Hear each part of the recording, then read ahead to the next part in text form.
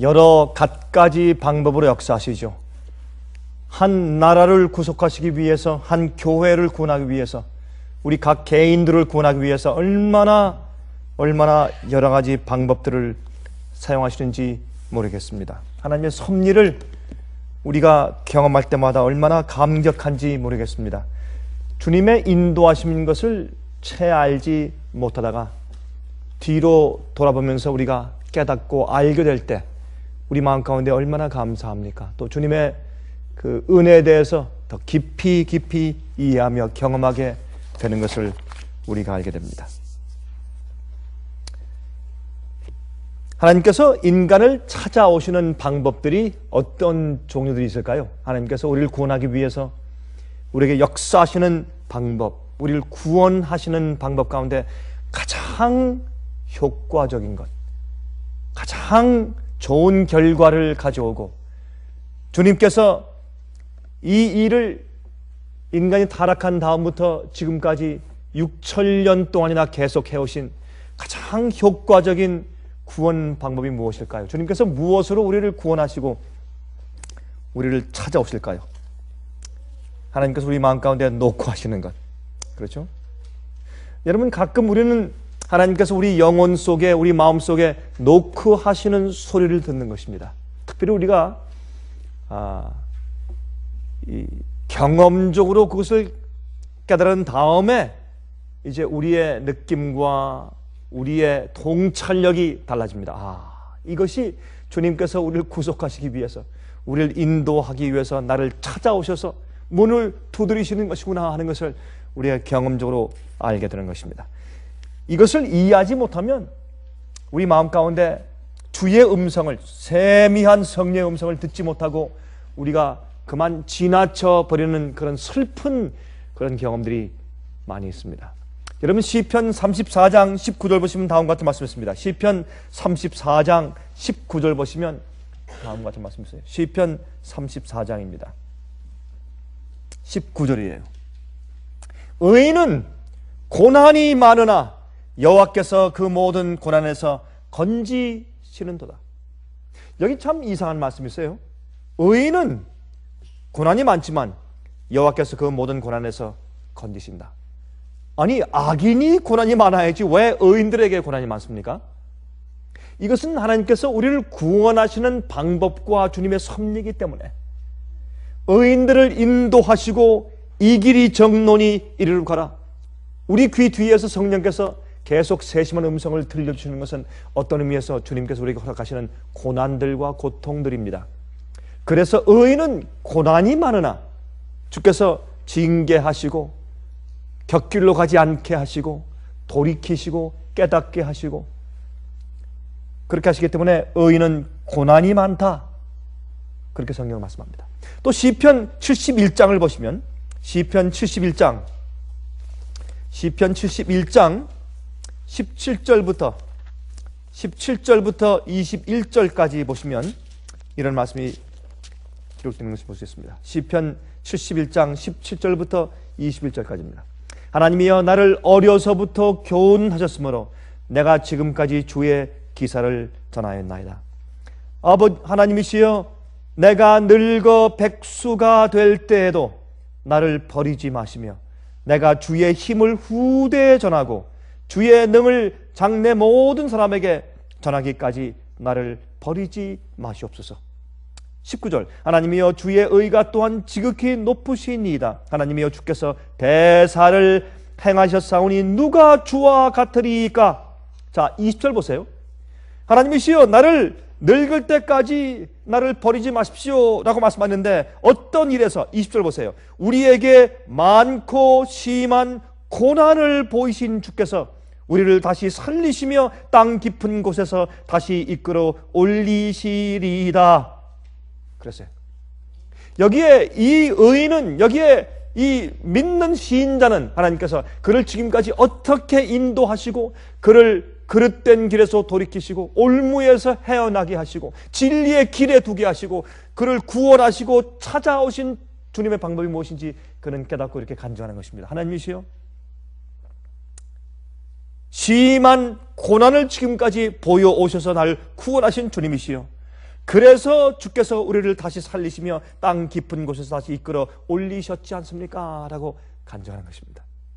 그러므로 여기에 하나님께서 여러분과 저의 생애 가운데 베푸신 시련, 고난, 고통들은 하나님께서 우리를 구원하시고 또한 우리의 양심을 노크하시고 우리를 구원하시는 아주 효과적인 방법인 것을 알 수가 있습니다. 다시 말해서 죄의 결과를 허용하신 것, 고통을 허용하신 것, 이것은 주님께서 우리를 찾아오시는 방법입니다. 그런 경험을 통해서 우리가 주님을 알게 되고 이 세상의 험함을 알게 되는 것입니다. 자, 이사야 48장 10절 보면 이런 말씀이 있어요. 이사야 48장 10절에 보라 내가 너를 연단하였으나, 이게 참 귀한 말씀이 있어요. 우리가 얼뜻 읽으면 이 말이 무슨 뜻인가를 좀 이해하지 못할 수도 있지만 이 뜻을 좀 보십시다. 보라 내가 너를 연단하였으나, 연단은 무엇입니까? 연단하는 것은 그 물체가 그 원래 주어진 그 형상대로 꼴지어지기 위해서 연단하는 것입니다. 그렇죠? 철로 칼을 만들 때 뜨거운 불에 집어넣어서 거의 녹을 정도까지 시뻘겋게 다룬 다음에 그 다음에 망치로 쳐서 검을 만드는 것입니다. 좌우에 날선 검을 만들죠. 내가 너를 연단하였으나, 왜요? 어떤 꼴이 되기 위해서 이 주님께서 작정하신 것이죠. 내가 너를 연단하였으나 은처럼 하지 아니하고 너를 고난의 풀무에서 택하였노라 그랬습니다. 이게 무슨 말입니까? 여러분, 은을 연단하는 것은 모든 금속을 은단하는 가운데서 가장 많은 시간을 이용하고 또한 불에 가장 오래 담그고 있어야 합니다. 불 속에 가장 오래 있어야 돼요. 그래서 우리를 은처럼 단련하시면, 다시 말해서 우리를 어떤 시련과 고통과 고난 가운데 너무 오래 있게 만들면 우리가 견딜 수가 없어요. 우리가 쓰러집니다. 감당할 수가 없습니다. 그래서 차라리 어떻게 해요? 끓는 뜨거운 풀무 속에 잠깐 넣었다가 꺼내고 또 친 다음에 잠깐 넣었다가 꺼내고 그렇게 하시는 것입니다. 여러분, 이 토기장이가 진흙을 빚어서 아름다운 자기를 만들기 위해서 어떻게 합니까? 불 속에, 뜨거운 불 속에, 풀무불 속에 집어넣었다가 꺼내고 집어넣었다가 꺼내고 찬물 속에 넣어서 또 쿨다운 시켰다가 또 뜨거운 데 집어넣고, 이렇게 해서 시련과 고통이 있지만 그것이 우리를 엄습하여 우리를 죽이지는 못하게 하시는 주님의 자비와 은혜를 여기 말씀하는 것입니다. 여러분, 우리 생애 가운데 어려움들이 있습니까? 여러분, 그런 어려움들을 하나님께서 우리를 인도하시고 연단하시는 손으로 보는 그런 영적인 경험이 있습니까? 이것이 우리를 주님과 가까이 만드는 것입니다. 그래서 우리가 어떤 일을 당할지라도, 어떤 경험을 통과할지라도 주님께서 우리를 구원하시는 주님의 손길인 것을 우리가 믿고 신뢰하는 것은 우리 신앙생활 가운데 굉장히 중요한 부분 가운데 하나입니다. 어떤 일을 당해도 우리 마음 가운데 하나님께 대한 원망이 없어야 합니다. 여러분, 그런 어려움을 통과한다면 반드시 의인들에겐 주의 고통과 주님의 시련과 주님의 단련함이 우리에게 큰 유익이 되는 것을 우리가 이해할 수 있습니다. 그것을 이해하지 못한 자는 그리스도인이 아닙니다. 그것을 이해하지 못한 자는 결국은 영생에 들어갈 수가 없는 것입니다. 여러분, 주님의 손길을 이해하십시오. 주님의 손길을 이해하십시오.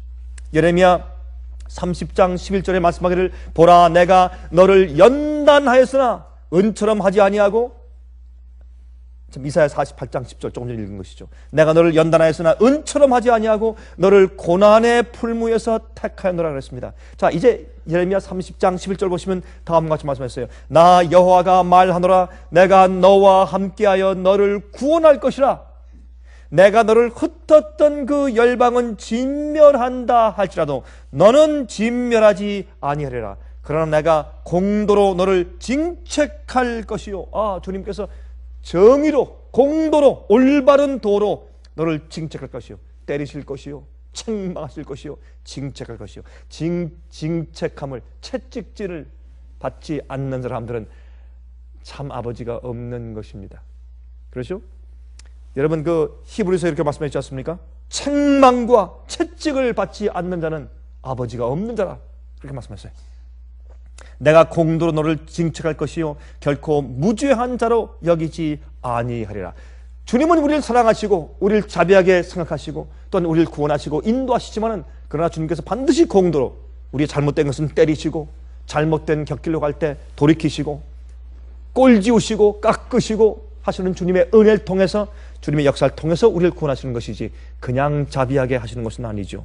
그렇죠? 거기는 반드시 공동가 있는 것을 알 수 있습니다. 여러분 전도서 1장 1절부터 4절 가운데 이런 말씀을 기록하고 있습니다. 전도서 1장 1절부터 4절.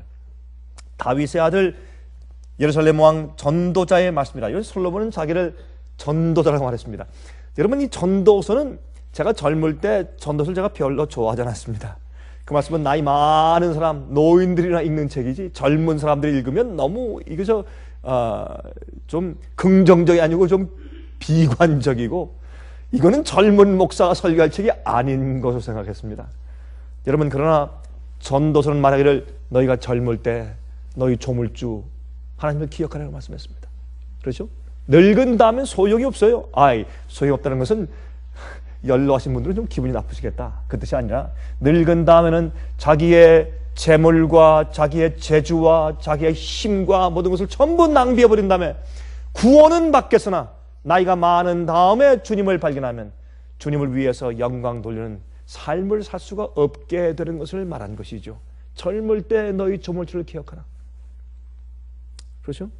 근데 제가 이 젊었을 때 전도서를 좀 이해했으면 얼마나 좋았을까 하는 생각을 제가 자주 하게 됩니다.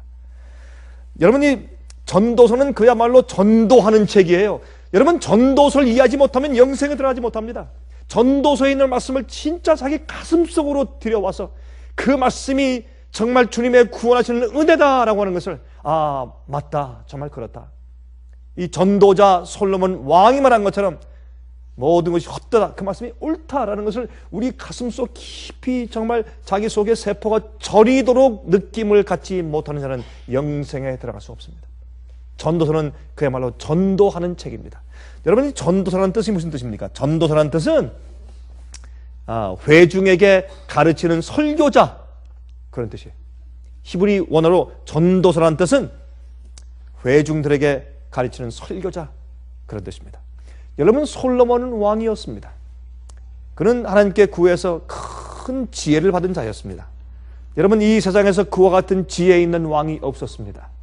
재판하는 지혜, 다스리는 지혜, 사람들을 이해하는 지혜, 하나님을 이해하는 지혜, 책을 쓰는 지혜, 시를 읊는 지혜, 집을 짓는 지혜, 노래를 만드는 지혜, 많은 지혜가 있었습니다. 사람들과 변론하는 지혜. 그러나 그 모든 자기의 지혜까지도 결국은 헛되다고 말한 왕 솔로몬. 그는 지혜자입니다. 지혜자. 여기 보세요. 다윗의 아들 예루살렘 왕 전도자의 말씀이라 전도자가 가로되 헛되고 헛되며 헛되고 헛되니 모든 것이 헛되다. 사람이 해 아래서 수고하는 모든 수고가 자기에게 무엇이 유익한고 한 세대는 가고 한 세대는 오되 땅은 영원히 있도다. 많은 사람이 말합니다. 우리가 이 땅에 태어나 사는 것은 공로를 세우기 위해서 후세대에 내 이름을 알리기 위해서 이 지구와 이 삶을 인류를 더 증진시키고 발전시키기 위해서 여러분 그것은 하나님 없는 사람들의 목적입니다. 이 어떤 의미에서 이 인류의 이런 문명과 자동차 비행기는 발명이 안 됐어도 괜찮습니다. 그런 것들은 꼭 우리에게 영생에 중요한 것들이 아닙니다. 우리 인생의 삶의 편리성을 주지만은 그런 것들은 사실 우리 없어도 상관이 전혀 없습니다. 우리가 영생을 얻는데 전혀 상관이 없습니다. 공부하는 것도 모든 것들도 왜 해 아래 있는 모든 것들이 다 헛되다 말했는가? 그런데 헛되고 헛되며 헛되고 헛되니 모든 것이 다 헛되다. 사람이 해 아래서 수고하는 모든 것이 모든 수고가 다 유익하지 못하고 무익하다. 무슨 유익이 있는고? 이런 말을 한 이유는 말이죠. 사실 그런 모든 것들이 우리가 이룬 것들, 우리가 하고 있는 것들, 만드는 것들 이런 모든 것들이 사실 우리의 영혼을 하나님께 가까이 나아가게 하고 영생을 얻게 하는 데는 아무런 소용이 없다는 것을 말하는 것입니다. 그렇죠? 전도서 3장 10절부터 15절. 하나님이 인생들에게 노고를 주사 애쓰게 하신 것을 내가 보았노라. 이게 참 재미있는 말씀이세요. 하나님이 인생들에게 노고를 주사 수고하게 하사 애쓰게 하신 것을 내가 보았노라. 하나님이 모든 것을 지으시되 때를 따라 아름답게 하셨고 또 사람에게 영원을 사모하는 마음을 주셨느니라. 여러분, 우리가 수고해서 지치고 아무리 해야 어떤 의미에서 소용이 없고 다 이루어 놓은 것을 내 자손이 다 탕진해버리고 내가 세워놓은 것을 주위 사람들이 다 망가뜨려버리고 아무리 무엇을 했다고 해도 나중에는 허무해요. 헛수고입니다. 소용이 없습니다. 나를 구원하는데 큰 의미가 없어요. 남들을 구원하는데 큰 의미가 없어요. 그것을 이해하게 해서 우리 마음 가운데 우리가 노고해서 애쓰게 한 다음에 우리 마음 가운데 허무한 마음을 느끼게 함으로 어떻게 사람에게 영혼을 사모하는 마음을 갖게 하셨다. 그렇게 말씀을 합니다. 여러분, 하나님께서요 우리를 구원하시고 우리에게 가까이 오셔서 우리 마음에 놓고 하시는 소리가 무엇인지 아십니까? 두 가지입니다. 첫 번째는 우리의 수고, 고난, 고통, 시련, 이런 것들이 하나님께서 우리 마음 가운데 놓고 하셔서 영생을 사모케 하시는 주님의 방법입니다. 두 번째, 이 세상과 우리가 하는 일들에 대해서 실망하는 것입니다. 참 이런 얘기는 좀 부정적인 얘기 같죠? 그렇죠? 긍정적인 얘기가 아니라 좀 부정적인 얘기 같습니다. 그러나 성경이 여러분 전도서가 말하는 것은 그것입니다. 주님께서 우리 인간이 일하게 하세요. 여러분, 이 창세기 3장에 보면 하나님께서 이 저주하신 얘기가 나오는데 하나님께서 우리 인간을 저주한 적은 없습니다. 여러분, 하나님께서 우리 인간이 타락한 다음에 인간을 저주했다는 말씀은 전혀 없습니다. 예를 들어서 우리 여인들이 아이를 낳는 해산의 고통, 그거 저주입니까? 아닙니다. 여러분, 해산할 때 갖는 그 고통 때문에 자식과 어머니 사이에 끈끈한 그런 사랑을 갖게 해주는 것입니다. 만약 그렇게 여러분 그런 고통을 가지고 아이를 낳지 않고 소나 말처럼 그저 쑥쑥 쉽게 그저 한 몇 마리씩 낳아버리면 지금 같은 그런 인간관계와 모녀 모자의 관계가 있을 수가 있겠습니까? 이렇게 정말 사랑하고 정말 어쩔 줄 몰라는 그런 가족관계가 있을 수가 있겠습니까? 없습니다. 여러분, 송아지와 소들과 말들은 말이죠, 송아지와 망아지를 낳은 다음에 얼마 있으면 잊어버려요. 데리고서 어디 갖다 팔아도 뭐 별 상관이 없어요. 그런 애절한 마음이 없어요. 왜? 동물이니까. 그렇죠? 그래서 만약에 인간들이 쉽게 아이를 낳았다면 얼마나 이 세상에 죄가 더 관영하고 더 무서운 세상이 되었겠습니까? 얼마나 더 간음이 많고 얼마나 더 타락한 세상이 되었겠습니까? 또 부모와 자식 사이에 그렇게 뜨거운 사랑이 존재할 수가 있겠습니까? 그러므로 하나님께서 우리 여인들에게 해산의 고통을 주시는 주님의 축복이요, 절대 저주가 아니에요. 또 사람이 노동하여 일하여서 이 이마에 땀이 흘러서 먹게 하셨다. 그것은 주님의 축복 아닙니까? 그것은 절대로 주님의 저주가 아닙니다. 여러분, 가시가 나고 엉겅퀴가 나죠. 일하게 하셨습니다. 그것으로 우리가 교훈을 받게 하시고 그렇게 일함으로 우리가 시간을 많이 낭비하지 아니하고 또한 게으름을 피우지 않게 하셔서 그런 모든 수고를 통해서 죄의 공격을 많이 막게 하시고 거기서 보호하시고 특별히 그렇게 수고한 다음에 생기는 어려움과 고통과 시련 때문에 영혼을 사모하는 마음을 갖게 하셨다고 성경은 말씀하고 있습니다. 얼마나 감사한 일입니까? 그렇죠? 이거 보세요. 전도서 3장 12절입니다. 사람이 사는 동안에 기뻐하며 선을 행하는 것보다 나은 것이 없는 줄을 내가 알았고 사람마다 먹고 마시는 것과 수고함으로 낙을 누리는 것이 하나님의 선물인 줄을 또한 알아도다. 이게 무슨 말이에요? 여러분, 우리 인생의 삶 가운데 진짜 행복과 즐거움은 무엇인가? 한 아내가 한 남편을 가지고 한 남편이 한 아내를 가지고 서로 사랑하고 즐기며, 그렇죠? 그 다음에 자식을 낳고 또 선한 일을 행하고 먹고 마시고 수고함으로 낙을 누리고 그거 이외에는 우리를 즐겁게 하고 참된 행복을 주는 것이 없다 그 말입니다. 사람들이 무엇을 쌓고 공로 쌓고 더 유명해지고 더 많이 지식을 가지고 더 많이 늘리고 더 많이 소유하고 이런 것들 때문에 무엇이 온다고요? 고통과 고난이 오고 실망이 오고 수고가 오고 절망이 온다는 것입니다. 그러므로 사실 우리에게 주어진 진정한 행복과 즐거움은 뭐라고요? 먹는 거, 마시는 거, 예? 우리 식구들을 즐기는 거, 그거 이외에는 우리에게 참된 행복이 없다고 이 세상에서 태어난 자 가운데 가장 하나님께 많은 지혜를 받은 솔로몬이 그렇게 선포합니다. 여러분, 우리가 매일 살 때 먹는 거, 마시는 거, 소화 잘 되는 거, 식구들을 즐기는 거, 그거 이외에는 우리가 이 땅에 살면서 정말 보람있고 행복한 것이 없다, 그렇게 설명하고 있어요. 여기서 지나쳐서 우리 마음 가운데 욕심을 가지만 그 욕심은 반드시 우리에게 패망을 가져오고, 그렇죠? 또는 올무가 되고 시험이 된다고 이 말씀은 우리에게 선포하고 있습니다. 여러분, 이것은 참 어떤 의미에서 야, 이거 정말 나이 많아서 은퇴한 사람이나 읽는 책이지 이게 될 말인가? 젊은 사람들은 아주 포부를 가지고 비전을 가지고 목적을 가지고 크게 이루어야지, 그렇게 해보았지만 그 결과가 사실 우리를 행복하게 해주는 것이 아니었다고 말합니다. 최근에 제가 알고 있는 30대 초반에 있는 한 청년이 있습니다. 좋은 학교를 나와서 월스트리트에 취직했는데 봉급이 1년에 뭐 200만 불인가 300만 불인가 그래요. 어마어마한 돈이에요. 1년에 유명한 의사보다 더 많이 벌어요. 얼마 전에 말이죠, 이 보너스를 받았는데 한 번에 30만 불, 한 번에 30만 불 보너스를 받고. 여러분, 그런 적이 있었죠? 올해 초입니까? 아니면 작년 말입니까? 뭐 보너스도 많고 엄청나게 돈을 벌었어요. 근데 이 청년이 한 가지 오해한 게 있어요. 그 부모님도 말이죠, 저한테 자랑을 하고 우리 아들이 이렇다고 말이죠. 그런데 이 사람들이 한 가지 이해 못하는 것이 있습니다. 여러분, 요즘의 이 경제 시스템은 이것은 다 허상입니다. 설명을 드릴까요? 우리가 지금 가지고 있는 이 경제 시스템은 마지막에 독재 정부를 만들어서 사람을 억압하기 위해서 미리부터 준비해서 만든 경제체제이지, 이것은 실제로 성경이 말하는, 하나님께서 말씀하신 그런 순수한 경제체제가 아닙니다. 예를 들어서 우리가 가지고 있는 자산은 다 기대가치입니다. 기대가치. 그것을 한국말로 기대가치라고 해요. 우리의 expectation이지 진짜 재산이 아닙니다. 자, 여러분 물어봅시다.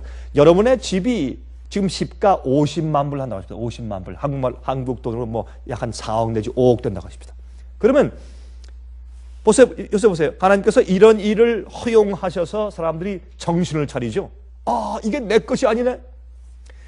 내 집이 50만 불이다. 아니면 100만 불이다. 100만 불을 하십시다. 100만 불. 10억. 그런데 100만 불인데 요새 이 부동산 거품 때문에 그만 곤두박질해서 갑자기 내 집이 50만 불로 바뀌었습니다. 그렇죠? 100만 불짜리 집이 50%가 내려가서 50만 불 됐습니다. 그러면 내가 100만 불을 기대하고 거기에 세컨 몰기지, 두 번째 융자해서 내가 또 빚을 또 줬어요. 왜? 내 재산이 100만 불이니까. 근데 갑자기 50만 불 됐어요. 어떻게 할 거예요? 그러면 100만 불이었다고 당신 재산 얼마야? 100만 불. 예? 또 내 주식 50만 불, 내 재산은 얼마인가? 150만 불. 여러분은 지금까지 150만 불이 여러분의 재산인 줄로 착각을 했습니다. 왜? 요즘에 만든 이 허상인 이런 경제체제 안에 살기 때문에 허상에 그 꿈을 꿨어요. 그게 기대가치예요. 그렇다고 여러분들이 150만 불의 현금을 주머니에 갖고 있는 것입니까? 그렇습니까? 아니에요. 그러면 150만 불 어치의 금을 가지고 있어요? 아닙니다. 그러면 150만 불이라는 자산을 여러분들이 가지고 있다고 어떻게 장담하세요? 그것은 은행 장부에 150만 되다고 0을 0000 이라고 쳤기 때문에 그런 줄로 믿었어요. 그래서 기대가치예요. 근데 요즘에 그게 날아가 버리니까, 그러면 날아가 버렸으면 여러분들이 주머니에 있는 현금을 날렸어요? 금을 날렸어요? 보석을 날렸어요? 아니에요. 그저 장부에 있는 공을 몇 개 지운 것뿐이에요. 그래서 여러분과 제가 가지고 있는 이 재산은 기대가치인데, 그저 이 장부에서 공이 하나 더 붙느냐, 공 하나가 없어지느냐, 그거 정도입니다. 별 큰 차이가 없어요. 그 사람들이 속고 있는 것입니다. 그러므로 하나님께서 우리가 가지고 있는, 우리가 모아두고, 우리가 쌓아두고, 우리가 이루고, 우리가 세운 모든 것들이 우리가 무엇인가 이 세상에서 이룬 것으로 착각을 하는 것입니다. 아닙니다. 이런 것들은 하루아침에 제가 될 수 있어요. 그러나 우리가 어떻게 해요? 우리가 어떤 일이 생겨도 우리가 놓칠 수 없는 것들은 내가 지금 먹는 거 참 감사합니다. 주님 아침을 또 주셨네요. 감사합니다.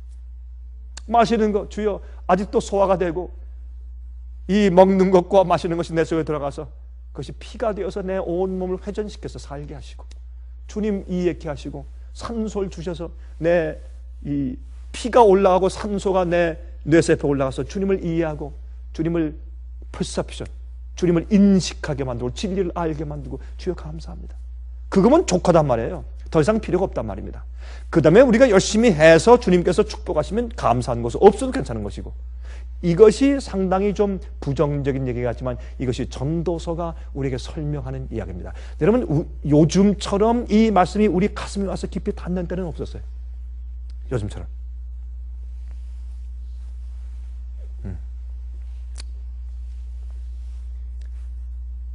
이번에 아까 얘기한 그 청년이 말이죠, 자기의 자산이 한 500만 불 되는 줄 알았어요. 500만 불 자산인 줄 알았어요. 이번에 날아갔는데 거지가 됐어요. 정말로 상거지가 됐어요. 아니, 어디 갔어요? 여러분, 500만 불 자산이 자기가 500만 불 캐시를 가지고 있는 것이요? 아니에요. 다 스탁에 있고 다 은행에 있었어요. 이번에 싹 날아갔어요. 여러분, 그렇게 돈 번 사람들은 말짱 날아가 버렸어요. 예? 자기가 산 집도 큰 집을 샀는데 무엇을 샀어요? 빚으로. 자기가 있는 자산을 갖다가 거기서 캐시를 빼가지고 캐시 전체로 집 사는 사람, 그런 바보는 없어요. 그렇죠? 다 은행에 빚을 져서 돈 있는 사람들도 융자해서 집을 사지 캐시로 집 사는 사람들이 없어요. 그건 한국 사람들이 하는 것이지. 요새 한국 사람들도요, 중국에 있는 사람들도요, 다 융자해서 월부로 집을 다 사요. 이번에 그 청년은 몽땅 날아갔어요. 1불도 안 남고 다 날아갔어요. 여러분, 이런 일들은 우리에게 무엇을 가르쳐 줍니까? 하나님께서 우리 마음 가운데 놓고 하신 방법 가운데 많은 것들이 고통이에요. 고난이에요. 또 무엇입니까? 실망입니다. 절망입니다. 이것은 상당히 중요한 의미인 것을 알아야 할 것입니다. 이것을 이해하고 하나님만 의지하는 경험이 없는 자는 영생을 이해하지 못합니다. 왜요? 아직 세상에 아주 바둥거리면서 뭔가 지금 연연하면서 좀 붙잡고 있는 것이 있어요. 그런 마음이 있는 한 하늘이 보이지 않습니다. 영생의 중요성이 보이지 않습니다. 하나님의 섭리가 보이지 않는 것입니다. 그래서 많은 사람들이 주님께서 이 세상의 섭리를 통해서, 성경 역사를 통해서, 예언을 통해서, 예? 천연을 통해서 항상 주님의 살아계심과 영생에 있는 것을 보여주시지만은 사람들 마음 가운데 깊이 들어가서 충격을 주지 못해요. 영생을 사모하는 마음이 생기지 않는 것입니다. 주님께서 놓고 하신 소리를 얼마나 많은 사람들이 듣지 못합니까? 바로 이 이유 때문에 그러한 것입니다. 여기 보세요. 14절. 무릇 하나님의 행하시는 것은 영원히 있을 것이라 더할 수도 없고 덜할 수도 없나니 하나님의 이같이 행하심은 사람으로 그 앞에서 경외하게 하려 하시는 줄을 내가 알았도다. 주님께서 역사하시는 모든 노구서를 가만히 들으면 우리가 주 앞에 무릎을 꿇고 주여, 주님밖에 없습니다. 주님을 두려워하고 경외할 수밖에 없는 그런 영적인 믿음의 경험을 하게 되는 것입니다. 15절. 이제 있는 것이 옛적에 있었고 장래에 있을 것도 옛적에 있었나니 하나님은 이미 지난 것을 다시 찾으시니라. 여러분, 세상의 역사를 보세요. 뱅뱅 도옵니다. 그렇죠? 옛날에 있던 것이 또 있고 미래에 있는 것은 과거에 이미 있었고, 그래서 해 아래 새로운 것이 없어요. 모든 것이 헛되다는 것이 바로 이것이 성경의 가르침입니다. 전도서 12장 9절부터 11절. 전도서 12장 9절부터 11절. 전도자가 지혜로움으로 여전히 백성에게 지식을 가르쳤고 또 묵상하고 궁구하여 잠언을 많이 지었으며 전도자가 힘써 아름다운 말을 구하였나니 기록한 것은 정직하여 진리의 말씀이니라. 지혜자의 말씀은 찌른 채찍 같고 회중의 스승의 말씀은 잘 박힌 목 같으니 다 한 목자에 주신 바라. 여러분, 여기 말씀하신 주님의 진리의 원칙을 마치 어디에 단단한 못을 벽에 받은 것처럼 거기에 걸려 있으면 움직이잖아요. 주님의 말씀과 진리의 말씀에 딱 붙들려 있으면 여러분, 우리는 움직이지 않는단 말입니다. 지혜의 말씀은 찌르는 채찍 같고, 그렇죠? 우리 항상 우리가 원칙에 붙들려 있고 주께서 말씀하신 대로만 우리가 신뢰하고 살면 그것은 항상 우리의 양심과 우리 생애를 채찍질해서 항상 다듬고 의로운 진리의 길로만 인도하는 것을 우리가 이해하는 것입니다. 우리 마음 가운데 영원을 사모하고 주님의 진리와 뜻대로 살고 싶은 그런 소원을 일으켜주지 않으면 우리는 망하는 것입니다. 이런 마음이 항상 우리 마음 가운데 샘솟지 아니하면 무언가 우리 생애 가운데 문제가 있는 것입니다. 하나님께서 우리를 전도하시는, 우리를 이끄시고 우리를 깨우시고 우리 마음 가운데 놓고 하시는 방법은 무엇이라고요? 고난과 고통과 또 무엇이라고? 두 번째, 실망입니다. 이 세상에 대한 실망입니다. 여러분, 호세아 5장 16절, 호세아 5장 15절이네요. 호세아 5장 15절부터 6장 6절까지 제가 읽겠습니다. 이런 말씀이었어요. 호세아 5장 15절부터 호세아 6장 6절까지 내가 내 곳으로 돌아가서 저희가 그 죄를 뉘우치고 내 얼굴을 구하기까지 기다릴 것이라. 하나님께서 말씀하기를 그래? 알았다. 한번 해봐라. 주님께서 돌아가셔서 언제까지? 우리가 주님을 찾아서 와서 구하기까지 주님께서 기다리신다 그랬어요. 저희가 고난을 받을 때 나를 간절히 구하여 이르기를. 고통이 있을 때, 절망과 실망을 당할 때, 어디에 인간의 공로와 세상과 세상에는 것들에 대해서 실망과 좌절의 경험이 있을 때, 그때 우리는 드디어 영혼을 삼하고 하나님께 돌아가는 것입니다. 여러분 다 아는 얘기죠. 그래도 이것은 매일매일 우리에게 적용돼야 합니다. 이 말씀이 우리에게 적용되지 않으면 우리는 영생을 잃어버릴 수가 있습니다. 6장 1절 보세요. 오라 우리가 여호와께로 돌아가자. 여호와께서 우리를 찢으셨으나 도로 낫게 하실 것이요 우리를 치셨으나 싸매어 주실 것입니다. 여호와께서 이틀 후에 우리를 살리시며 제3일에 우리를 일으키시리니 우리가 그 앞에서 살리라. 예수님의 십자가의 의와 희생과 또한 죽음의 경험을 우리 마음 가운데 경험하고 알아야 합니다. 그것만이 우리를 살릴 것을 이해해야 할 것입니다. 3절 그러므로 우리가 여호와를 알자. 힘써 여호와를 알자. 그의 나오심은 새벽빛같이 일정하니 비와 같이 땅을 적시는 늦은 비와 같이 우리에게 임하리라 하리라. 하나님을 알고 난 다음에 성령이 폭포수처럼 소낙비처럼 늦은 비가 콱 내려서 우리가 이제 추수되기 위해서 완전히 준비되기 전에 무엇이 있습니까? 이른 비, 보슬비도 있고 조용히 내리는 비도 있고 줄기차게 내리는 비도 있고 이른 비로 계속해서 내려서 그 땅에 떨어진 씨로 하여금 썩게 만들고 싹이 나게 만들고 자라게 만들고 성장해서 큰 많은 잎사귀를 만들고 나중에 열매를 맺게 하는 이른 비가 줄창 있어야 합니다. 그러나 맨 마지막에요, 퍼부어지는 늦은 비 때문에 그 열매가 준비돼요. 맛이 있고 싱그럽고 상품화 될 수 있는 그런 마지막 열매가 준비되는 것입니다. 우리가 하나님에 대해서 깊이 알고 주님의 뜻을 깊이 알고 주님의 섭리에 대해서 깊이 알고 어떤 일이 생기든지 감사하고 고맙고 주님을 찬송하고 이런 깊이 있는 주님을 정말 깊이 아는 점점 태양이 떠오를 때 처음에는 어두웠지만 점점 떠올라서 나중에 중천에 떴을 때 밝은 그림자가 없는 그런 빛을 갖는 것처럼 하나님께 대한 오해가 전혀 없고 모든 일의 조합에 감사하고 감격하고 주님의 인도하심과 섭리를 이해하는 그런 경험은 하루아침에 생기는 것이 아닙니다. 작은 세상에 실망할 때 주님에 대한 소망이 더 생기고 영혼에 대한 그런 소원이 점점 더 생기죠. 그렇죠? 처음엔 몰라요. 요다음에 또 되겠지. 여러분 요즘은 주식이 자꾸 올라갔다 내려갔다 자꾸 너를 뜨는 것은 무엇입니까? 미래에 대한 주식에 대한 기대가 있어서 그래요. 나중에 한참 했다가 홀딱 날리면 이거 안 되는 것이구나. 그때 영혼을 사모하게 돼 있어요. 우리가 성공하는 것 같고 실패하는 것 같고 올라갔다 내려왔다 요요겜을 많이 한 다음에 결국에 와서 영원을 사모하는 마음이 우리 마음을 가슴을 전체로 채울 때 주님의 뜻을 알고 주님의 섭리만 이해하고 싶은 마음이 가득 우리 마음 가운데 채워질 때 그때 우리에게 영생의 문이 열리는 것입니다. 모든 것이 헛된 것을 이해할 때 주님만 신뢰하는 마음이 생길 때 그때 우리 마음속에 영생이 열리죠. 영생. 아직도 그리스도인들도 주님을 안 나오는 사람들도 아직도 그 자리에 있어요. 아직도 그냥 올라갔다 내려갔다 맨날 세상을 사랑하다가 또 버렸다가 사랑했다가 버렸다. 세상에 있는 것들을 또 가졌다가 또 버렸다 버렸다. 항상 그 표준 가운데 있어요. 왜요? 사람이 정말 즐거움과 행복이 무엇인지를 몰라요. 그렇죠? 주께서 날 구원하기 위해서 역사하시는 섭리를 듣지 못하고 이해하지 못해요. 항상 똑같은 위치에 있어요.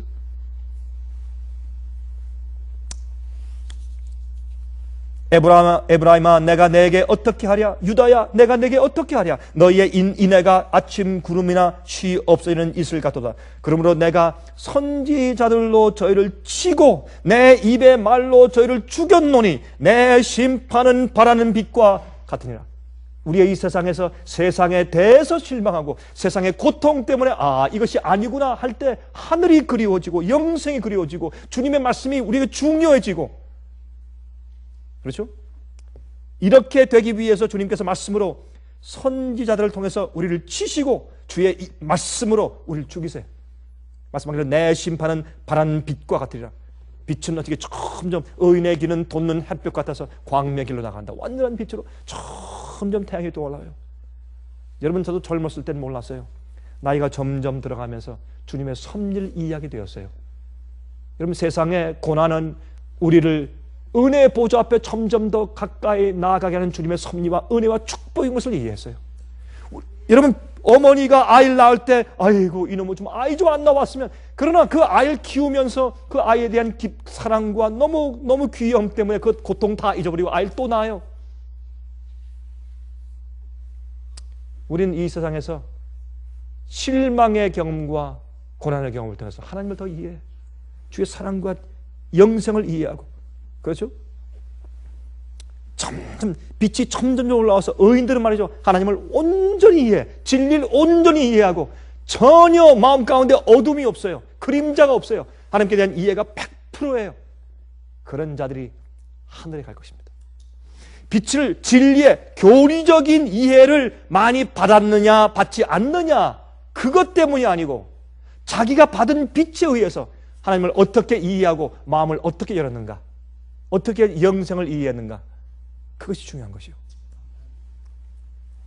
주님께서는 말이죠, 각 사람들마다 자기들이 받은 그 빛의 분량에 따라서 심판하시죠. 몰랐던 것을 가지고 주님께서 심판하시지 않는다고 성경은 말을 했어요. 그러나 자기가 아는, 주께서 비추신 빛의 분량에 따라서 자기는 충만히 주님을 이해해야 할 것입니다. 주님께서 우리의 시선을 돌이키게 하시고 우리의 정욕과 우리의 죄와 우상과 모든 세속을 사랑하면서 우리를 구원하시고 돌이키시는 것은 뭐라고요? 고난과 고통과 또 두 번째로 실망과 절망인 것입니다. 많은 사람들은 이 일을 경험치 않기 위해서 이런 일과 전혀 상관없이 살기 위해서 발버둥 치지만은, 그러나 우리가 아는 것은 이것이 주님께서 우리 양심에 놓고 하시는 소리인 것을 우리가 깨닫고 알아야 할 것입니다. 우리가 압니다. 그러나 그것을 감사하지 않습니다. 그 일에 감격하지 않습니다. 찬송하지 않습니다. 여러분, 여호수아 6장 6절에 나는 인애를 원하고 제사를 원치 아니하며 번제보다 하나님을 아는 것을 원하노라. 우리가 주님을 아는 것이, 우리가 많이 드리고 주님 위해서 많이 무엇을 하는 것보다 우리가 하나님을 아는 것을 주님께서 원하세요. 그렇죠?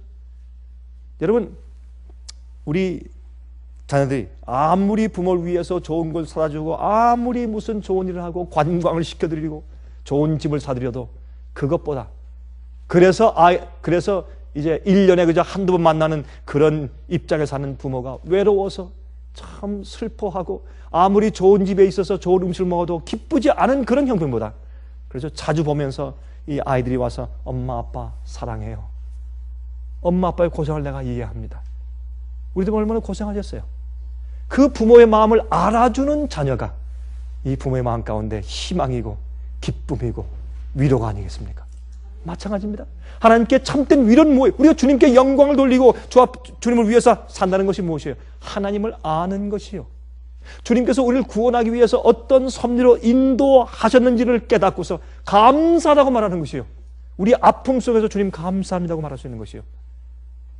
히브리 5장 7절부터 9절에 이런 말씀이 있습니다. 히브리 5장 7절부터 9절에 그는 육체에 계실 때, 예수님입니다. 예수께서 말씀하기를 그는 육체에 계실 때 자기를 죽음에서 능히 구원하실 이에게 심한 통곡과 눈물로 간구와 소원을 올렸고, 이게 뭐예요? 고통이죠. 그의 경외하심을 인하여 들으심을 얻었느니라. 그가 아들이시라도 받으신 고난으로 순종함을 배워서 온전하게 되었은즉, 예수님께서도 이 땅에서 고난을 통해서 온전하게 되셨다고 했어요. 여러분, 그런 고난을 통해서 어떻게 온전히 되었어요? 그럼에도 불구하고 아버님을 찬송해서, 그럼에도 불구하고 예수님은 아버님을 원망한 적이 한 번도 없고 하늘에 계신 아버지를 의심한 적이 한 번도 없었어요. 그러므로 예수님께서는 어떻게 순종함을 배웠다. 고난을 통해서 순종함을 배워서 온전케 되셨다. 이게 온전함입니다. 우리가 어떤 경험을 할지라도 하나님께 대한 원망과 불평이 우리 마음속에 생기지 말아야 합니다. 이것이 온전함입니다. 예? 그래서 자기를 순종하는 모든 자에게 영원한 구원의 근원이 되시고 그랬어요.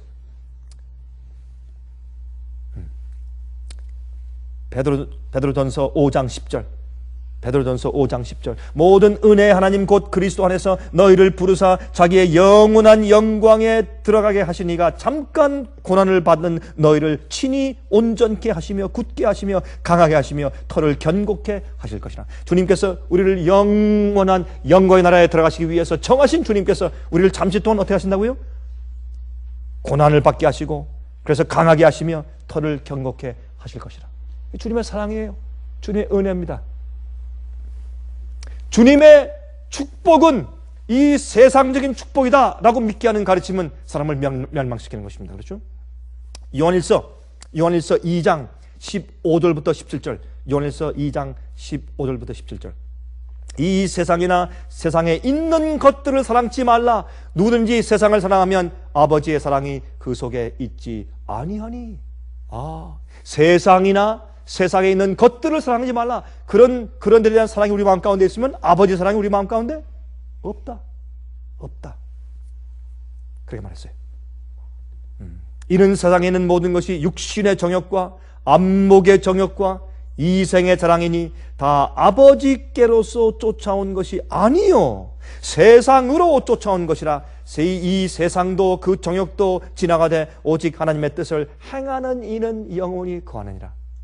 우리 마음 가운데 세상과 세상에 있는 것들을 사랑하는 마음이 있으면 아직도 우리는 덜 됐습니다. 영혼을 사랑하는 마음이 우리 영혼을 가득 채우고 있는 것이 아닙니다.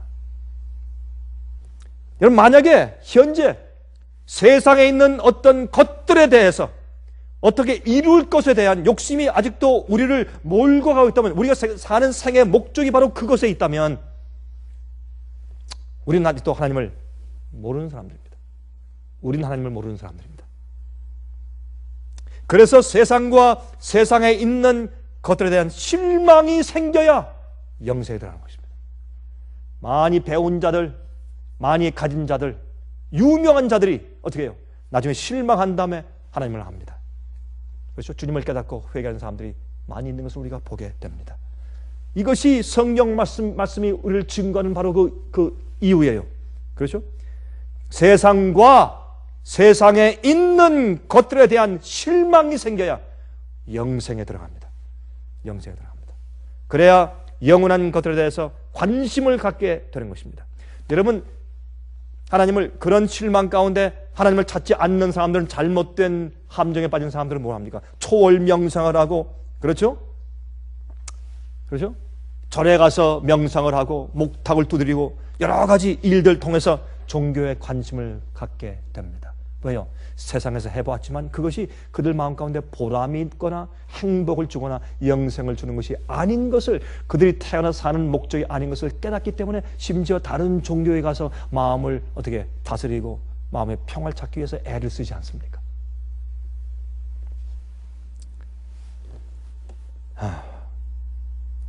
요즘에 제가 이제 때가 정말 다 된 것을 알고, 목사님, 우리 딸, 우리 아들 어떻게 합니까? 그렇게 묻는 자들이 꽤 종종 생깁니다. 저한테 전화가 오고 이메일이 오고, 제가 이번에 이제 여행할 때 또 여러분들이 저를 만나서 이제 그런 상담을 하는 것을 제가 보았습니다. 목사님, 어떻게 해야 합니까? 내 자식이, 내 딸이, 내 남편이, 내 아내가 나와 함께 하늘에 없다면 내가 어떻게 하면 좋겠습니까? 내가 이거 좀 견딜 수가 없고 그건 있을 수도 없는 일인데, 굉장한 고뇌 가운데 정말 진지하게 제게 이제 질문하는 분들을 제가 이번 여행만 해도 많이 만났습니다. 여러 명 만났습니다. 제가 그런 자들을 항상, 그런 부모들의 심정을 제가 항상 듣고 있습니다. 여러분, 그러할지라도 우리가 그럼에도 불구하고 주님을 신뢰하고 쉬고 마음 가운데 기쁨이 있어야죠. 주님께 다 맡긴다면, 왜? 주님께서 나보다 더 내 가족을 구원하기 위해서 최선을 다하고 계시다라는 사실을 믿어야 하니까. 우리 그렇게 하더라도 우리 한 가지 이해할 수 있어요.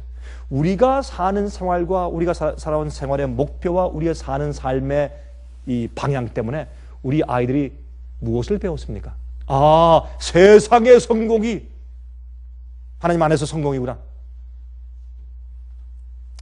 특별히 여러분 그 주님을 위해서 열심히 살고 헌신한 사람들 가운데서 그 자식들이, 우리가 자식들에 대해서 뭐라고 말할 수가 없어요. 우리가 자식에 대해서는 비판할 수 없습니다. 우리가 다 자식이 있기 때문에 자식에 대해서는 입을 딱 다물게 돼요. 그렇죠? 하지만은 여러분 우리가 보는 것은 주님을 위해서 고난과 희생을 많이 한 사람들 가운데서 이런 양상을 봐요. 그 자식들이 아이고 나는 우리 어머니 아버지처럼 난 고생 안 한다. 난 저렇게 살진 않는다. 나는 넌 세상에서 좀 가지고 좀 인정받고 살지 난 저렇게 안 한다 해서 세상과 세상에 있는 것들을 사랑하는 마음으로 세상에 나간 사람들이 있어요. 반면에 고생하고 희생하고 어려운 엄마 아빠를 본 다음에도 아 저것이 주님 위해 사는 길이야 라고 따라오는 자식들이 생길 수가 있습니다. 이 두 가지 양상을 우리가 어떻게 이해해야 됩니까? 여러분 제가 좀 질문을 드릴 테니까 한번 생각해 보십시오. 왜 우리 아이들이 우리의 법은 따라서 어느 길로 갈까요? 왜 그러할까요? 이것은 중요한 것입니다. 많은 그리스도인들도 세상에서 성공하는 것이 주님의 축복이라고 착각들을 해요. 아, 주님께서 축복하십니까? 축복하신다고 말씀되어 있어요. 주님께서 인도하신다고 말씀되어 있어요. 부도 주님께서 주신다고 말씀되어 있어요. 번영도 주님께서 주신다고 하는 말씀들이 있어요. 그러나 그보다 더 중요한 것은 뭐냐면 주님께서 우리 마음 가운데 그러한 것들이 주어졌을 때 그것이 우리 마음 가운데 더 이상 전혀 우상이 되지 않도록 준비된 자에게 주시는 것이지 그렇지 않은 자에게 주는 것은 그것은 저주요 축복이 아니요. 그보다 더 중요한 것은 여러분 전도서가 말하는 것은 무엇입니까? 우리 마음 가운데 영혼을 사모하게 만드는 주님의 섭리입니다. 그것이 고통이고 고난이고 시련이고 실망과 절망입니다. 그것은 여러분들에게 좋은 것입니다. 저에게 좋은 것입니다. 성경은 그렇게 말씀하고 있습니다. 세상의 욕심을 버려야 하늘 가고 영혼을 사랑하는 마음이 가득 내 마음 가운데 차야 유명하고 싶은 것도 더 이상 소용도 없고 많이 갖는 것도 소용없고 심지어 세상에서 재밌게 즐겁게 사는 것도 마음 가운데 큰 소원이 없어요. 영생에만 관심이 있고 우리 마음을 가득 채우고 나면 하나님을 알게 돼요. 주님의 뜻을 알게 됩니다. 그 속에 구원이 있습니다. 그 속에 우리 가족의 구원이 있고 그런 마음과 태도를 가지고 살 때 우리 자식들이 구원하는 것을 우리가 알아야 합니다. 알아야 합니다. 우리 알지만 사실은 그렇게 잘 안 해요. 죄의 결과를 경험케 하시는 것들, 죄의 고통을 경험케 하시는 것들, 이것은 주님께서 우리를 구원하시는 주님의 섭리와 주님의 은혜입니다. 그러므로 우리가 죄의 고통을 경험할 때 하나님의 진리와 계명과 주님의 계획 속에서만 우리가 행복할 수 있다라는 것을 깨닫게 돼요. 그것이 우리 마음 가운데 깊이 자리하고 또 커지고 우리 마음을 가득 채울 때 세상과 세상에 있는 것들을 사랑하는 마음이 잘라져 나가고 우리 마음이 우리 마음속에 하늘이 보이고 그렇죠? 영생을 위한 간절함만 우리 마음을 채우게 되는 것입니다. 그런 자들이 사는 생애가 달라요. 말하는 것이 달라요. 생각이 달라요. 예? 그런 분위기 속에서 우리의 아들과 우리의 딸들이 자라면 어떻게 될까요? 제가 그렇게 말은 못했지만은 목사님 우리 자식, 우리 딸, 우리 아들 어떻게 할까요? 때는 다 됐는데 지금 보니까 바벨론이 무너지고 경제가 파탄되면 앞으로 전제주의가 와서 사람들을 강요할 것이고 이젠 짐승의 표가 눈앞에 왔는데 이제 어떻게 하면 좋겠습니까? 목사님. 저희 상해비 중국 지부에서 일하는 두 지도자 참 재밌어요. 이렇게 선택해서 일하게 한 다음에 보면 참 주님의 섭리였어요. 우리가 늘 가서 함께 일할 수 없기 때문에 주님께서 일할 수 있는 두 종을 택했어요. 전 그렇게 믿어요. 주님의 섭리예요. 한 종은 돈을 많이 벌던 비즈니스맨이었어요. 그런데 너무너무 세상에 허무하더래. 너무 세상에 허무하고 그런 속에서 마음의 즐거움과 행복이 없었어요. 그래서 자살하려고 애를 썼어요. 죽고 싶을 때 돈을 많이 버는 성공적인 비즈니스맨인데 젊을 때부터 너무 허무해서 죽고 싶어서 약을 먹으려고 했어요. 또 한 사람은 목사였습니다. 그런데 아무리 봐도 세상에 진리가 없어요. 목사가 되기 전부터 몸이 아팠어요. 죽게 되었어요. 아무리 봐도 세상에 진리가 없어요. 여러분 중국에서는 사실은 이 진어론 교육을 받기 때문에 사실 정말 마음이 간절하지 않으면 진리 찾기가 어려워요. 하나님 발견하기가 어려워. 그건 사실이에요. 그 분위기가 그러니까, 사회주의니까, 공산주의니까. 이 젊은 사람이 공부도 많이 했습니다. 똑똑한 사람이에요. 너무 허무하고 몸도 약하고 죽고 싶더래요. 약을 먹고 자살할 뻔했어요. 이 두 사람 다, 한 사람은 부자였고 사업가였고 한 사람은 공부도 많이 하고 똑똑한 청년이었습니다. 둘 다 죽고 싶었어요. 절망이니까, 보람이 없으니까. 그렇게 하다가 그들이 하나님 발견하고 나중에 진리 발견하고 빛이 떠오르는 것처럼 점점 떠올라서 하나님을 알게 되었어요. 얼마나 감사한지. 그들의 모든 것을 바치고 일하고 있어요. 책들을 만들고. 여러분이시여, 지금 국가에서부터 인정받는, 놀라, 요즘엔 20가지 책을 또 국가에서 또 출판하도록 또 인정을 받았대요. 점점 숫자가 많아져. 얼마나 큰일 나고 있는지 제가 생각할수록 정말 주님의 섭리에 얼마나 감사한지 모릅니다. 근데 경험이 똑같아요. 그들은 절망 중에서 영혼을 사모했어요. 그럴 때 주의 성령께서 그 마음 가운데 방문하시고 놓고 오셨습니다. 여러분, 요한복음 9장을 보시면 어떤 말씀이 있습니까? 요한복음 9장 1절부터 3절까지 예수께서 길 가실 때 날때부터 소경된 사람을 보신지라. 제자들이 물어가로되 랍비여, 이 사람이 소경으로 난 것이 네 죄로 이 마음이 오니까, 자기 오니까, 그 부모 오니까? 예수께서 대답하시되 이 사람이나 그 부모가 죄를 범한 것이 아니라 그에게서 하나님의 하시는 일을 나타내고자 함이라. 주께서 하시는 일을 나타내고자 하기 위해서 어릴 때, 날 때부터 소경이야. 이게 우리의 이해가 돼야 돼요. 이것이 우리의 신념이 돼야 돼요. 내 생각 가운데 어떤 일이 생기든지, 만약에 내가 주 앞에 마음을 드리고 살 때 생기는 모든 일은 주님께서 나를 구원하시고 나를 영생에 들어가기 위한 주님의 섭리인 것을 내가 받아야 할 것입니다. 마음 가운데 불평이 없어야 될 것이요. 또 한 가지, 내가 주님을 몰랐을 때, 내가 헤맬 때 주께서 나를 인도하기 위해서 일하신 모든 것들은 주님의 섭리인 것을 내가 깨닫고 알아야 할 것입니다. 제가 얼마 전에 두 과학자를 만났습니다. 한 과학자는 물리학자예요. 진화론자, 무신론자입니다. 근데 제가 대화할 때 죽음 이후에는 아무것도 없대요. 죽은 다음에 아무것도 없다고 험한 마음을 가지고 있어요. 제가 물었습니다. 그럼 당신은 어떻게 물리학자입니까? 왜 공부했습니까? 그 시간 동안 60, 70, 80 평생 살다가 그냥 없어져서 아무것도 아닌데 내세가 없다면 무엇 때문에 공부했습니까? 아니, 무엇 때문에 돈을 벌고, 무엇 때문에 차를 사고, 아니, 그 남은 시간 때 실컷 놀게 재미를 누리다가 살지, 무엇 때문에 공부를 그렇게 힘들게 하고 시험을 치고 논문을 쓰고 말이죠. 무엇 때문에 그렇게 했습니까? 답변이 뭔지 아십니까? 예, 우리가 그렇게 하는 것은 우리의 호기심 때문입니다. 호기심 때문이래요. 참 기가 막힌 얘기죠. 호기심 때문에. 얼마나 의미 없는 삶이요. 또 한 과학자가 있습니다. 그 과학자는 이 주얼러지스트, 동물을 공부하는 그런 생리학자였어요. 그런데 이분은 말이죠, 무신론자와 진화론자였습니다. 근데 여러 가지 자기 생각 가운데 실망이 들어왔어요. 마음 가운데, 이것이 아니구나, 이것이 내 생의 의미가 아니구나. 그런 유명한 과학자였어요. 그러나 마음 가운데 공허한 마음이 생겼습니다. 그럴 때 그의 아들이 문제가 생겼어요. 아들에게 문제가 생겼는데 알고 보니까 그 아들이 악령에 걸렸습니다. 도무지 의사가 고칠 수 없고, 심리학자나 아니면 정신병 의사도 고칠 수 없는 병인데 알고 보니까 다른 병이 아니고 악령에 걸렸습니다. 깜짝 놀랐습니다. 그 아이가 갑자기 침대에서 막 떴어요. 이렇게 이상한 소리를 하고, 막 이상한 소리가 막 나오고, 어떤 음성이 이상하게 막 나오고, 악령이 든 것을 그가 발견하고 깜짝 놀랐습니다. 나중에 그 아이가 고침받은 다음에, 악령이 존재한다면 하나님이 계시네? 악령이 있다면 신이 계시네? 그분이 누구야? 그 다음부터 성경을 읽었습니다. 깨달았습니다. 지금 그는 유명한 전도자가 되어 있습니다. 여러분, 제가 그랬어요. 제가 우리가 사는 것은 호기심 때문입니다 라고 말한 분한테 그랬어요. 자, 하나님께서 제 영어로 그랬어요.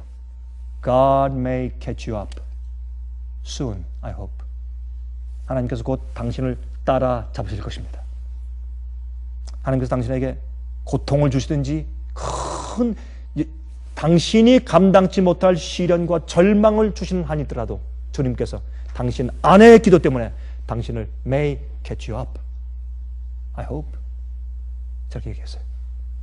당신을 위해서 기도하는 사람이 있기 때문에, 당신은 성공했기 때문에 당신 속에 절망이 없으므로, 고통이 없으므로 당신 마음 가운데 하나님과 영혼을 알고자 하는 소원이 없는 겁니다.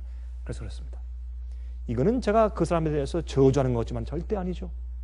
그것은 그 영혼의 그 구원을 위해 말하는 것이죠. 그렇죠? 이사야 30장 20절과 21절에 말씀하기를 주께서 너희에게 환난의 떡과 고생의 물을 주시나 내 스승은 다시 숨기지 아니하시리라.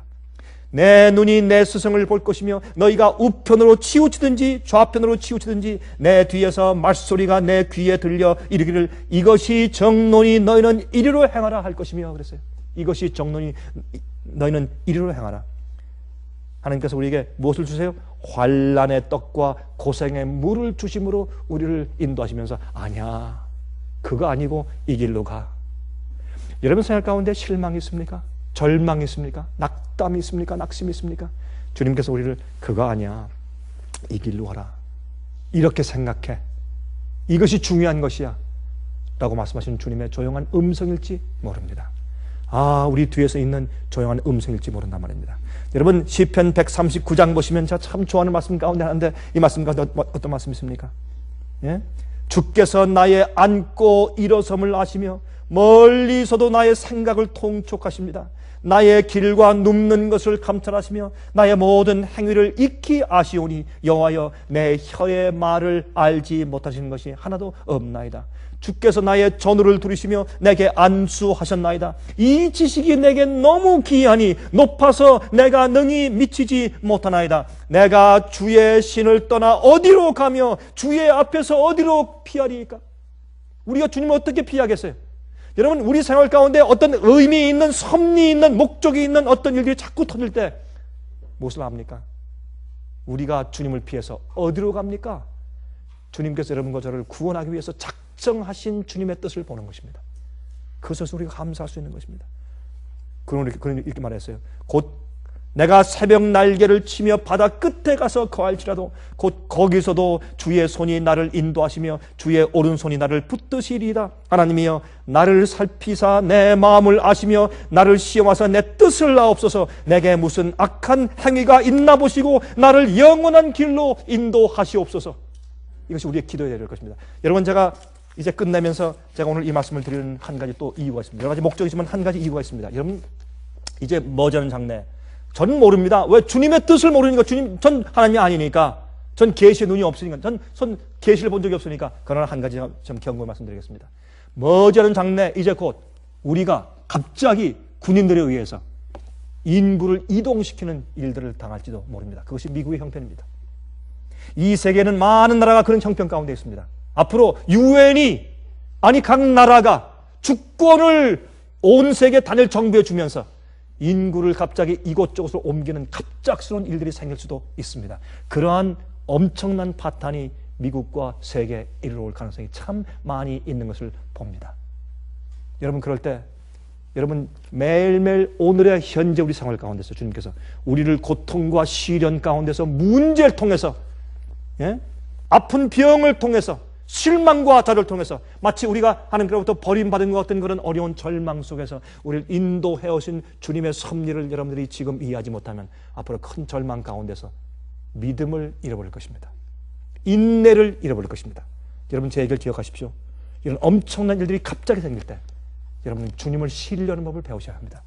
지금 여러분이 어떤 환경 가운데 있든지 주님께서 나를 구원하기 위해서 인도하신 주님의 섭리를 보고 감사하는 마음이 있고 그럴지라도 감사하는 마음으로 주님을 찬송을 살 수 있어야 합니다. 우리 마음 가운데 참된 믿음과 하나님의 조용한 성령의 음성을 깨닫는 분별력 주시기를 제가 간절하게 기도합니다. 자비하신 하늘에 계신 우리 아버지, 아버지의 섭리와 우리를 구원하심은 너무 높고 너무 넓어서 우리가 이해할 수조차 없습니다. 그러나 주님께서 우리의 일생을 인도해 오시고 우리를 구원해서 영원으로 맞이하여 들이시기 위해서 그렇게 자상하게 섭리의 길로 이리저리 굽어서 저희를 인도해 오셨음을 감사합니다. 하늘이신 아버지시여, 우리 마음 가운데 주님께서 우리를 처리하심에 대해서 늘 감격하게 하시며 영적인 눈을 열게 하사 주님의 오묘하심을 깨달아 알게 해주시길 기도합니다. 우리 마음 가운데 불평이나 원망이 없기를 바랍니다. 큰 기적을 보고 홍해를 건너온 다음에 그들이 고생스러운 광야 길에서 이스라엘 백성들이 원망하고 불평하였습니다. 사도 바울은 마지막 시대 그 모든 것들이 우리의 경계로 기록되었다고, 거울로 기록되었다고 말씀하시면서 우리는 우리 마음 가운데 하나님께 원망이나 불평을 가지지 말라고 했습니다. 주여, 주님의 모든 뜻과 인도하심을 볼 수 있게 하시며 감격하고 찬송할 수 있게 저희를 도와주시옵소서. 주님께서 이제 앞으로 우리에게 어떻게 갑자기 어떤 위험하고 어려운 일들이 생길지 모르겠습니다. 성경은 이미 예언하고 우리를 경고해 왔습니다. 마치 잠에서 깬 것처럼 전혀 경고받지 못한 새로운 일이 생기는 것처럼 많은 주를 믿는 자들이 실망하여 넘어질 것입니다. 그때 저희를 기억하셔서 주님을 믿는 신뢰함 속에서 믿음 가운데서 예수의 믿음을 가지고 온전히 설 수 있게 저희를 도와주시옵소서. 아버지시여, 세상과 세상에 있는 것들을 사랑치 말게 하시며 그런 우상들이 우리 마음 가운데 없으므로 우리가 함정에 빠지지 않게 도와주시고, 그리하여 우리 마음 가운데 영혼을 사랑하는 소망과 간절한 소원만이 가득 채워질 수 있도록 저희를 도와주시옵소서. 아버지, 이것이 우리에게 얼마나 중요한 것인지 우리가 깨닫고 아오니 저희여, 저희에게 항상 이 경험을 주시옵소서. 살아계신 예수 그리스도의 귀하신 이름만 의지하여서 간절하게 기도드리옵나이다. 아멘. 은혜 많이 받으셨습니까? 지금까지 들으신 이 생애예빛 예배설교는 간절한 마음으로 진리를 찾는 분들과 정직한 양심으로 말씀을 받아들이고 언제나 진실이 무엇인지를 생각하는 그리스도인들을 위한 말씀입니다. 주변 가족들이나 친지들 중에 말씀을 사모하고 순결한 신앙을 갖기 소원하는 분들이 계시면 생애빛 예배설교 테이프를 소개해 주시기 바랍니다. 매주 원하시는 분들의 가정으로 직접 배달되는 생애빛 예배설교는 개인의 신앙 부흥이나 소규모 그룹 예배를 위하여 DVD와 CD로 제작되었습니다. 생애빛 예배설교 DVD와 CD를 원하시는 분들은 1877-704-1004 1877-704-1004 1004번으로 전화하여 신청해 주시기 바랍니다. 미국 동부 시간으로 월요일부터 금요일까지 9시에서 5시 사이에 전화해 주십시오. 그럼 다음 시간까지